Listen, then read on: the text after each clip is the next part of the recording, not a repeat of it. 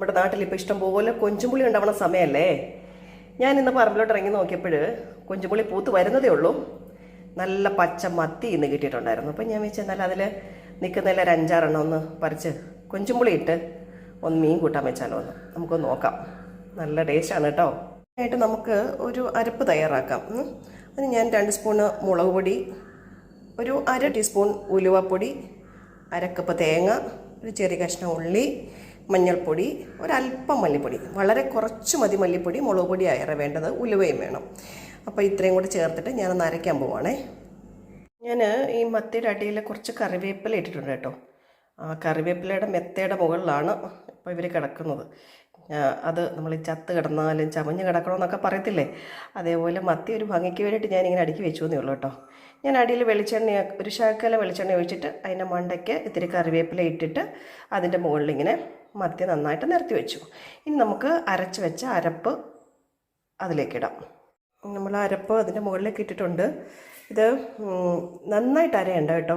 നമ്മൾ പച്ചടിക്കൊക്കെ അരയ്ക്കുന്ന പോലെ അത്രയും അങ്ങോട്ട് അരയണ്ട, നെയ് പോലെ അരയേണ്ട കാര്യമില്ല. അതൊരു അല്പം ഒരുപാട് അരയാതെയും എന്നാൽ ഒരു ഇടത്തരം പരുവത്തിൽ ഒന്ന് അരച്ചെടുത്താൽ മതി.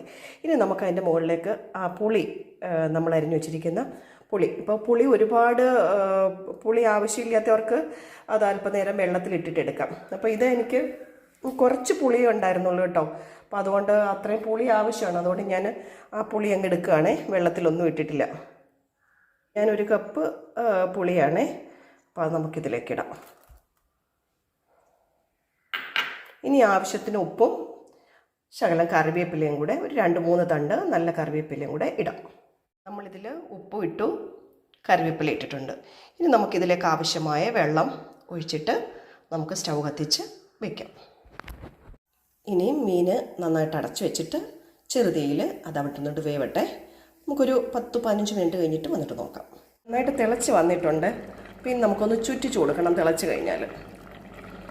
മീൻ നന്നായിട്ട് വറ്റി വരുന്നുണ്ട് കേട്ടോ. അപ്പോൾ ഇനി നമുക്കത് ഇത്തിരി കറിവേപ്പില ഇട്ട്, വെളിച്ചെണ്ണ ഇനി ഒഴിക്കുന്നില്ല അധികം. നമ്മൾ ആദ്യം ഒരു അല്പം വെളിച്ചെണ്ണ ഒഴിച്ചിട്ടുണ്ടായിരുന്നു. വെളിച്ചെണ്ണ ഒഴിക്കാതെ എടുക്കാം കേട്ടോ. കൊളസ്ട്രോളൊക്കെ ഉള്ളവർക്കൊക്കെ അധികം എണ്ണ ഒഴിക്കാതെ ഉപയോഗിക്കാവുന്നതാണ്. ഇതിൽ അല്പം പോലും എണ്ണ ഒഴിക്കേണ്ടതില്ല. ചിലർക്കിത് കുഴമ്പ് പരുവത്തിലാവുന്നതായിരിക്കും ഇഷ്ടം, ഒരുപാട് വറ്റാതെ. അപ്പോൾ അവർക്ക് ഈ ഒരു പരുവാകുമ്പോഴേ നമുക്ക് സ്റ്റൗവിൽ നിന്നും എടുത്ത് മാറ്റാം. അതല്ല കുറച്ചുകൂടെ വറ്റണം എന്നുണ്ടെങ്കിൽ നമ്മൾ ആ അടുപ്പിൽ തന്നെ വെച്ചിരുന്നാൽ മതി.